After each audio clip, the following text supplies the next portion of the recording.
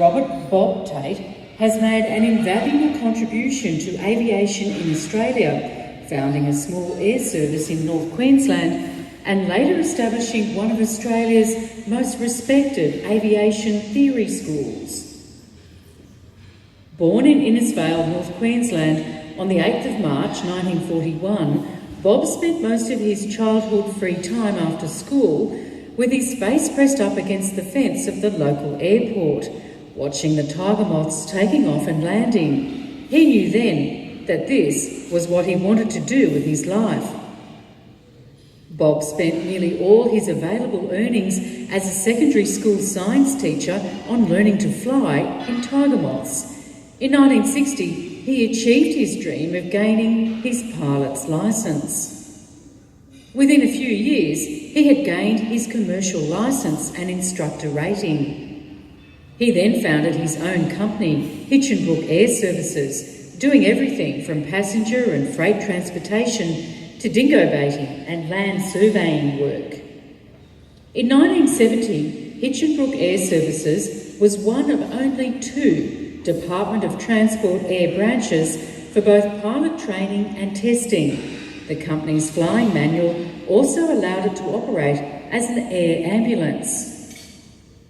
During his time in Ingham, Bob established a local aerobatics club and undertook training students with a view to improving their ability to handle difficult situations.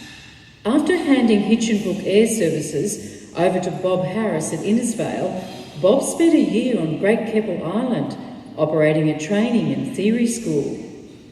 He then moved to Sydney briefly, where he worked for the Cessna Company, formulating teaching materials for Cessna's range of aircraft. In the early 1980s, Bob moved to Brisbane's Archerfield Airfield, where he established Bob Tate's Aviation Theory School. As a Grade 1 flying instructor, he continued to assist students with flight training, but his real passion was for teaching the complexities of commercial theory.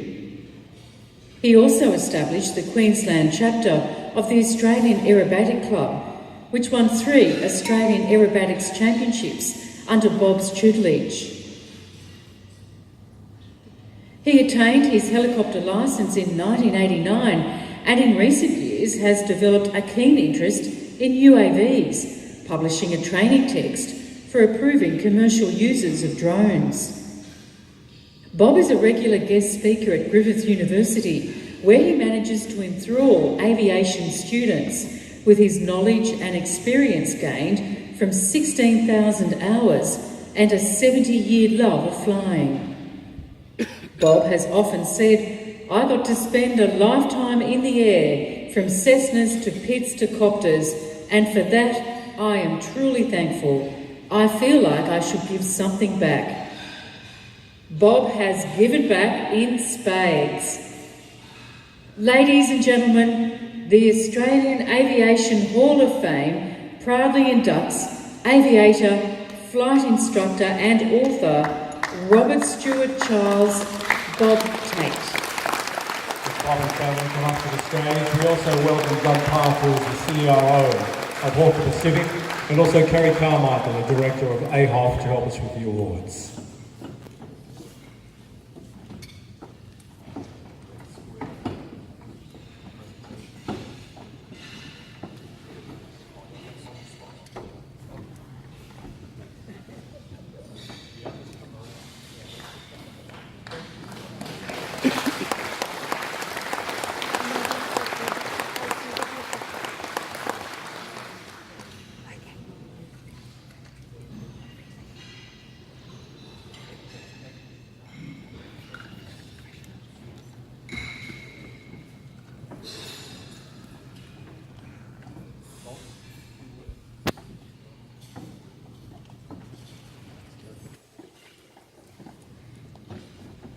I was walking into a chemist shop to pick up a script when my phone rang, and Steve was on the other end telling me that I'd been accepted to be inducted into the Australian Aviation Hall of Fame.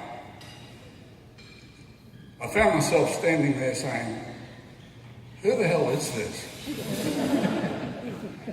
And unfortunately, I've got a few friends who are just silly enough to pull a stunt like that. I really didn't take it seriously for some time. It wasn't until after the secret was out and the phone call had been made, and therefore news spread, and I began to get hundreds of emails and e-texts and things from people from around the country, and I suddenly realised, good grief, it's really happening. And but I couldn't help but think that the only thing I'd done that was remarkable was not die.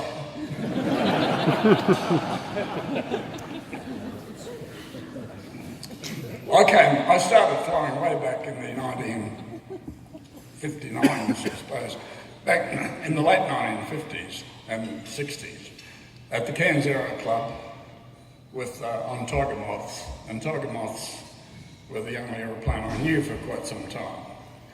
And I'm really glad I had that experience, because there's something special and romantic, I guess, about a Tiger Moth.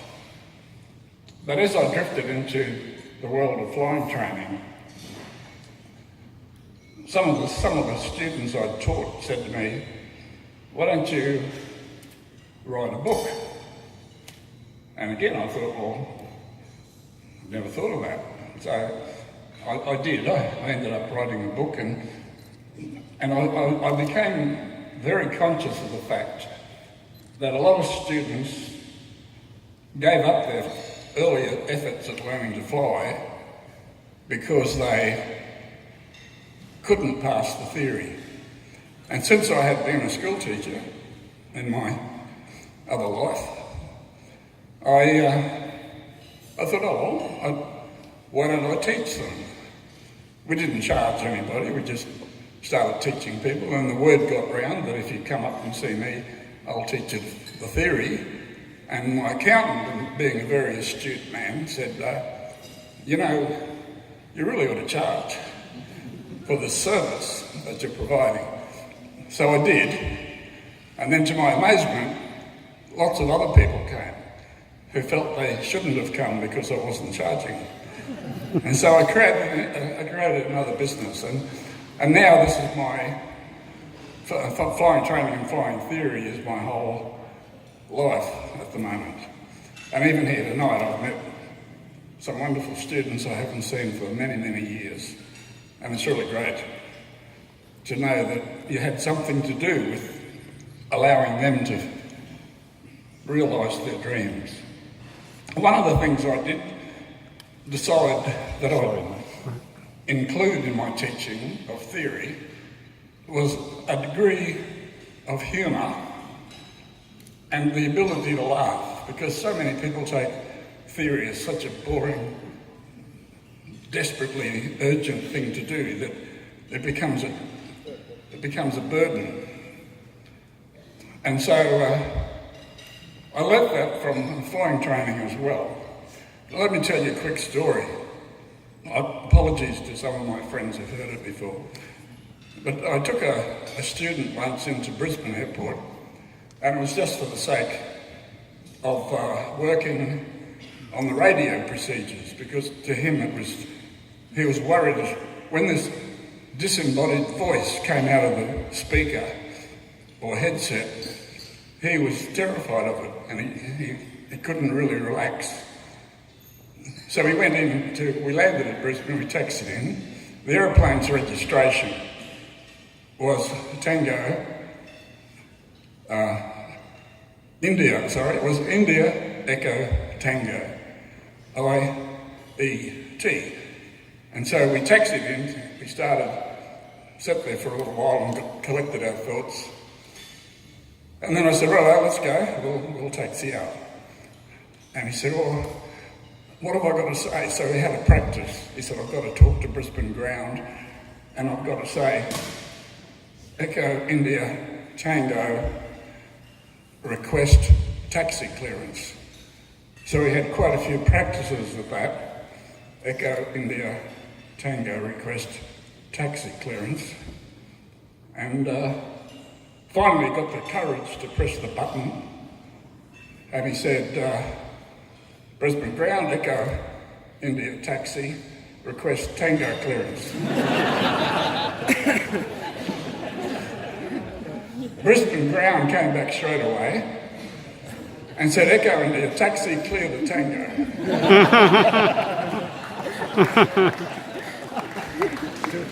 Via taxiway Foxtrot.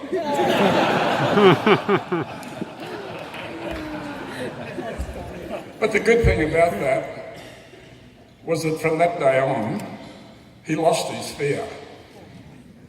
Humour had brought him a new way of looking at things, and he was no longer frightened of this voice that spoke to him. He knew that guy's just a bloke, he's just somebody doing his job, and he's got a sense of humour. And so it made a very big difference in his life. And I tried to do that in the books I've written. A little bit of humour, it's amazing, it goes an awful long way. For example, I wrote a question once in a air law book, and the question was a multiple choice question, and it said, which of the following is a requirement for the carriage of a domestic cat on board an aircraft? And so one of the choices I put in was the cat must not share the same seat as a dog. Now, I didn't think that was all that funny, but for years later, I got phone calls from people who said, I was up at 11:30 last night studying, and I saw that question about the cat, and I laughed so much I had to go to bed. I couldn't go on studying. And somehow or other, the attitude to study changes. And I think that's a fantastic thing. And one, I'd just like to mention this briefly too, the rate of change in aviation, you don't need me to tell you that it's incredible. And now we are involved in educating people to pass the certificate for what they're calling remotely piloted vehicles now, but drones or UAVs. And that's an area that's changing so rapidly that it's nearly impossible to keep up. I must admit I'm a little bit sympathetic to CASA, although I've known CASA for a long time, by the way. I knew them when, or a lot of you guys will know, I'm sure, as I mention these names, but when originally it was the Department of Civil Aviation, DCA. And then it was the Department of Aviation, DOA. And they changed that when they realised it also means dead on arrival. And then they changed it to CAA. And then they realised the importance of putting safety in your name, because nobody can argue against safety. And so it's called the Civil Aviation Safety Authority. We saw all of that come and go.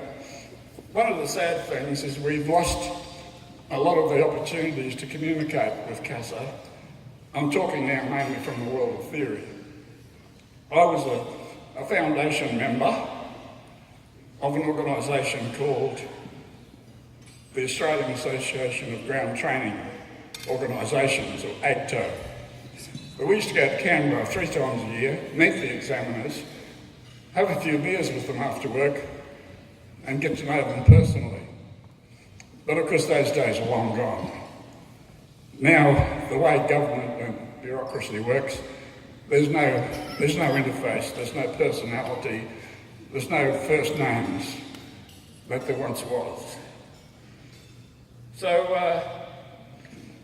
I do feel sorry for CASA in their attempt to keep up with this enormous amount of change that's occurring. And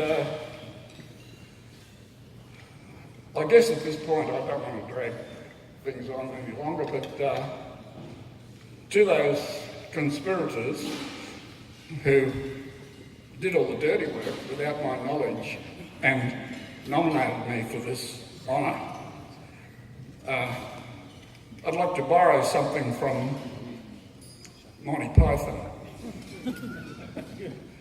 He's not the Messiah. He's just a very naughty boy.